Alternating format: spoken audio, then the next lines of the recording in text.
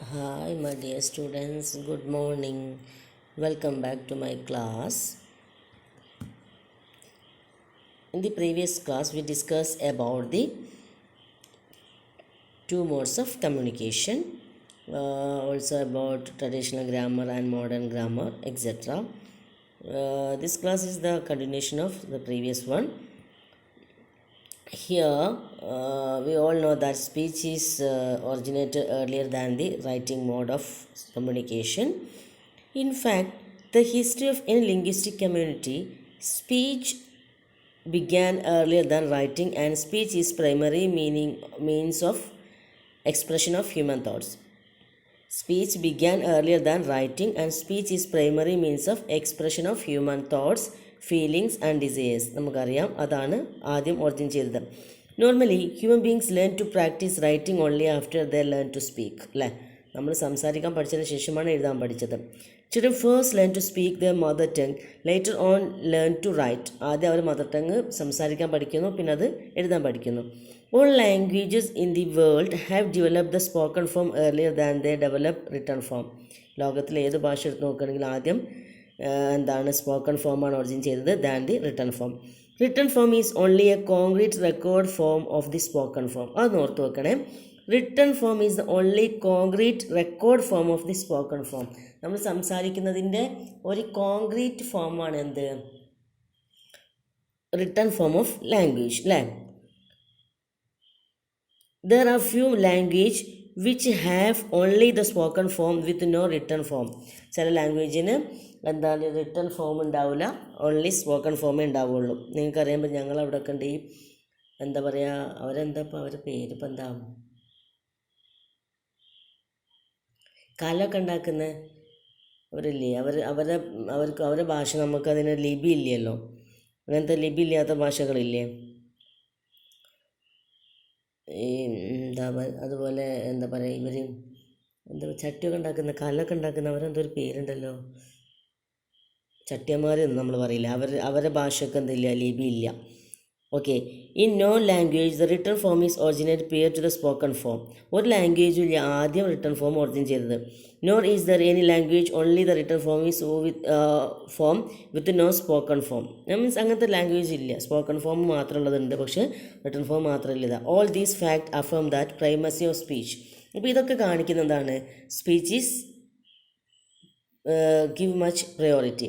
Therefore, modern linguistics never considers speech as an inferior to writing.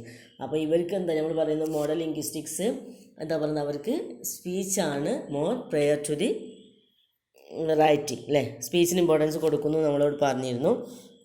അപ്പം ഇതിൽ പറഞ്ഞത് എന്താ വെച്ചാൽ, ഒന്നുകൂടെ ഞാൻ വായിച്ചു തരാം. വായിക്കാനില്ല, അത്രേ ഉള്ളൂ. എല്ലാ ലാംഗ്വേജ് നമ്മൾ ലോകത്തിലെ ഏത് ഭാഷ നമ്മൾ എടുത്ത് നോക്കുകയാണെങ്കിലും അതിൽ എന്താണ് സ്പോക്കൺ ഫോമിനാണ് importance than the written form. കാരണം എന്താണെന്ന് വെച്ചാൽ നമ്മളൊക്കെ ആദ്യം മദർ ടങ് പഠിക്കുന്നു, സംസാരിക്കാൻ പഠിക്കുന്നു, പിന്നെ അത് റൈറ്റിങ്ങിലേക്ക് പോകുന്നു. ഏത് റിട്ടൺ ഫോം ആണെങ്കിലും നമ്മൾ എന്താണ് അതിനൊരു എന്താണ് concrete record of the spoken ഫോമാണ് എന്ന് നമുക്കറിയാം. അല്ലേ, പിന്നെന്താ പറഞ്ഞത്, നമ്മൾ ഏത് language in no language the written form is originated prior to the spoken form. ആദ്യം റിട്ടൺ ഫോം ഒറിജിൻ ചെയ്തത് എവിടെയില്ല. Not is there in language only written form with no spoken form.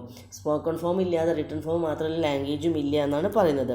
അപ്പോൾ ഇതൊക്കെ കാണിക്കുന്ന എന്താണ്, these fact affirm the primacy of speech.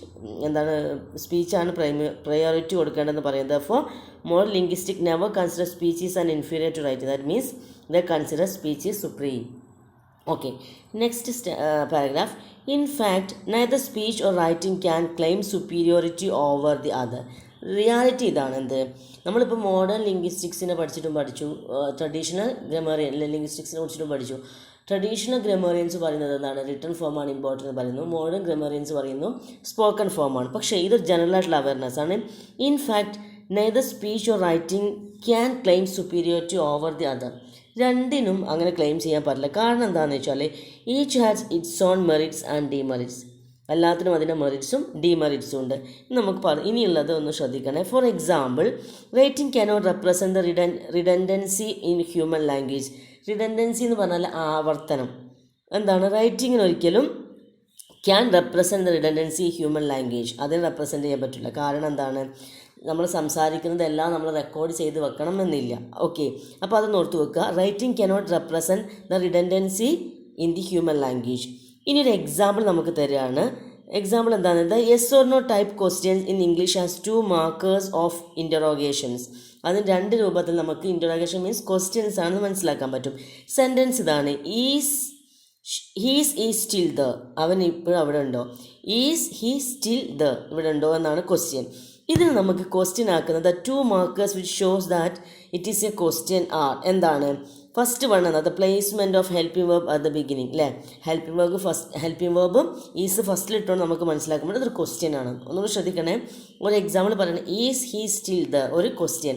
ഇത് question ആക്കുന്ന 2 markers of question ഉണ്ട്, ഇൻ്ററോഗേഷൻ ഉണ്ട്. First one placement of helping verb at the beginning.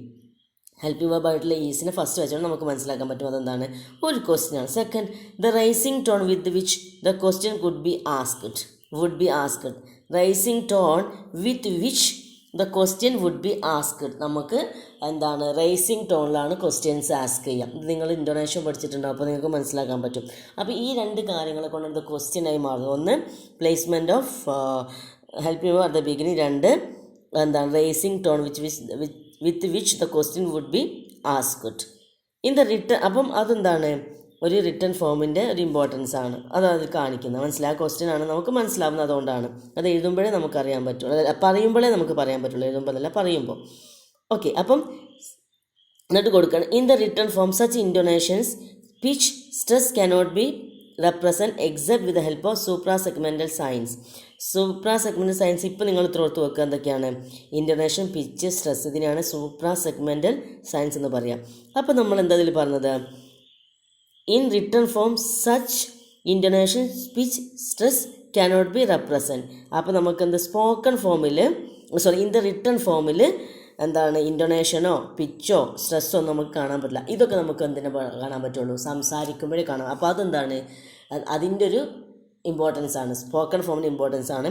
ഇപ്പം supra segmental factors നമ്മൾ കാണണമെങ്കിൽ അത് എന്തിലുള്ളൂ? സൂപ്രാ സെഗ്മെൻ്റൽ ഫീച്ചേഴ്സ് സ്ട്രെസ്സും ഇൻ്റോനേഷനും, പിന്നെ എന്താ നമ്മളോട് പറഞ്ഞത്? സ്ട്രെസ്, ഇൻ്റോനേഷൻ, പിച്ച്, ഇതൊക്കെ നമുക്ക് സ്പോക്കൺ ഫോമിലേ ഉള്ളൂ. അപ്പോൾ അത് സ്പോക്കൺ ഫോമിൻ്റെ പ്രയോറിറ്റിയാണ്. മനസ്സിലായില്ലേ?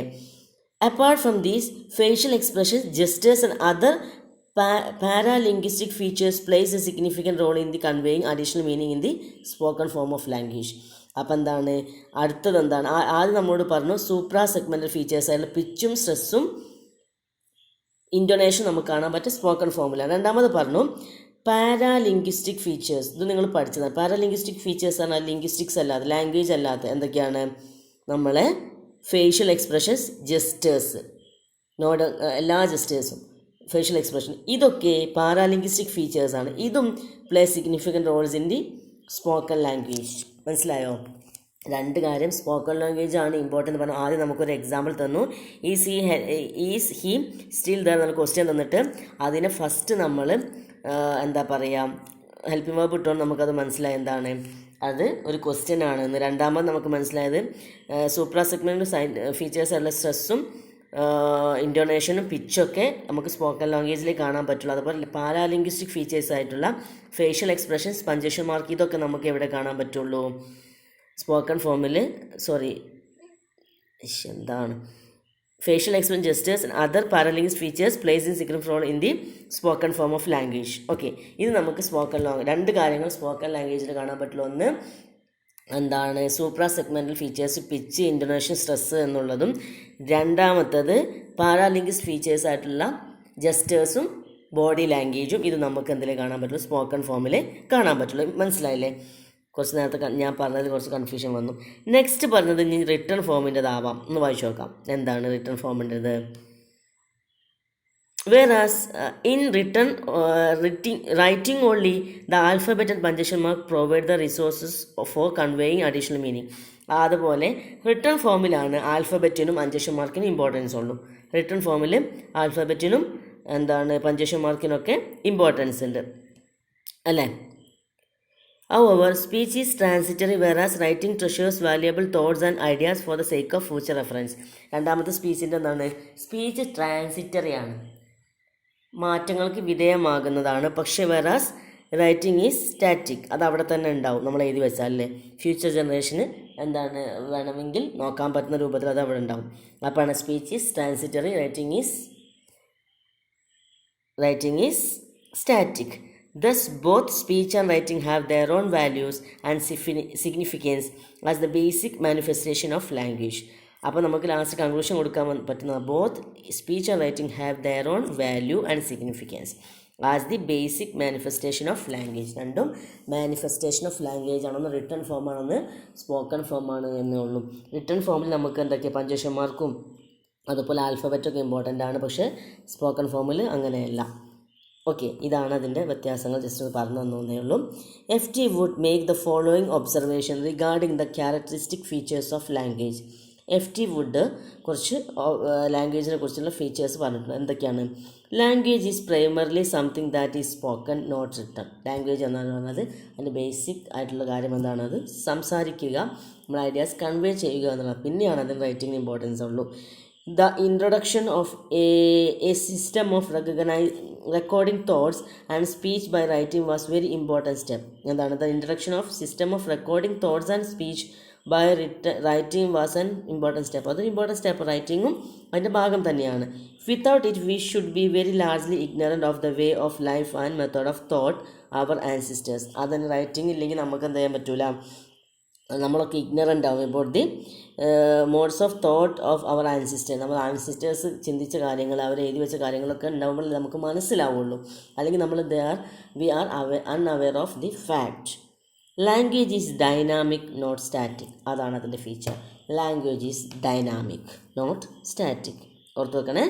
It keeps on changing all levels. അതങ്ങനെ ചേഞ്ചസിന് വിധേയമായിക്കൊണ്ടേയിരിക്കും.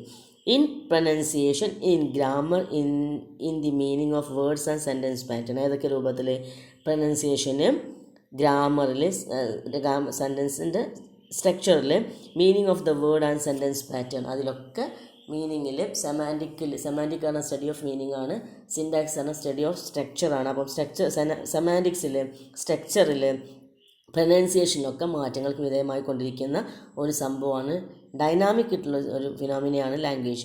Speech or language means language is the distinguishing characteristic of human beings. Speech or language is the distinguishing characteristic of human beings. Human ബീങ്സിൻ്റെ language അങ്ങനെയാണ്. It differentiate them from other animal species. അതാണ് എന്താണ് മറ്റു മൃഗങ്ങളിൽ നിന്നും നമ്മളെ ലാംഗ്വേജിനെ വ്യത്യസ്തമാക്കുന്നത്. അപ്പോൾ ഇത്രയേ ഉള്ളൂ. Language is dynamic not static. അത് ചേഞ്ചസിന് ഇങ്ങനെ വിധേയമായിക്കൊണ്ടേയിരിക്കും. അത് പ്രൊനൗൺസിയേഷൻ്റെ ബേസിലാവാം, സിൻടാക്സിൻ്റെ ബേസിലാവാം, സെമാൻറ്റിക്സിൻ്റെ ബേസിലാവാം, വേർഡ് ഓർഡറിങ്ങിലൊക്കെ ആവാം. അങ്ങനെ മാറ്റങ്ങൾക്ക് വിധേയമായിക്കൊണ്ടിരിക്കുന്ന ഒന്നാണ് ലാംഗ്വേജ് എന്നാണ് പറയുന്നത്. അപ്പം let me conclude today's class. Thank you.